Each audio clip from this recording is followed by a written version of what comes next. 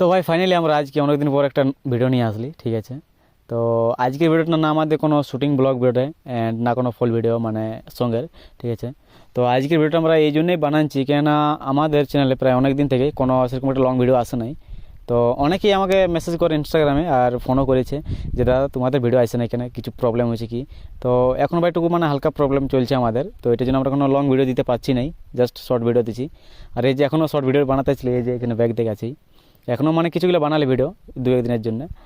আর হচ্ছে কি যে আমাদের কিছুগুলো ভিডিও বানা ছিল আগে থেকে, কেন আমরা জানি যে এই মান্থটা আমাদের মানে জাস্ট নভেম্বরটা মানে কিছু আমাদের পার্সোনাল কাজ ছিল যেটার জন্য আমরা করতে পারবো না ভিডিও, এই জন্য আমরা আগে থেকে ভিডিও বানায় রাখিছিলি।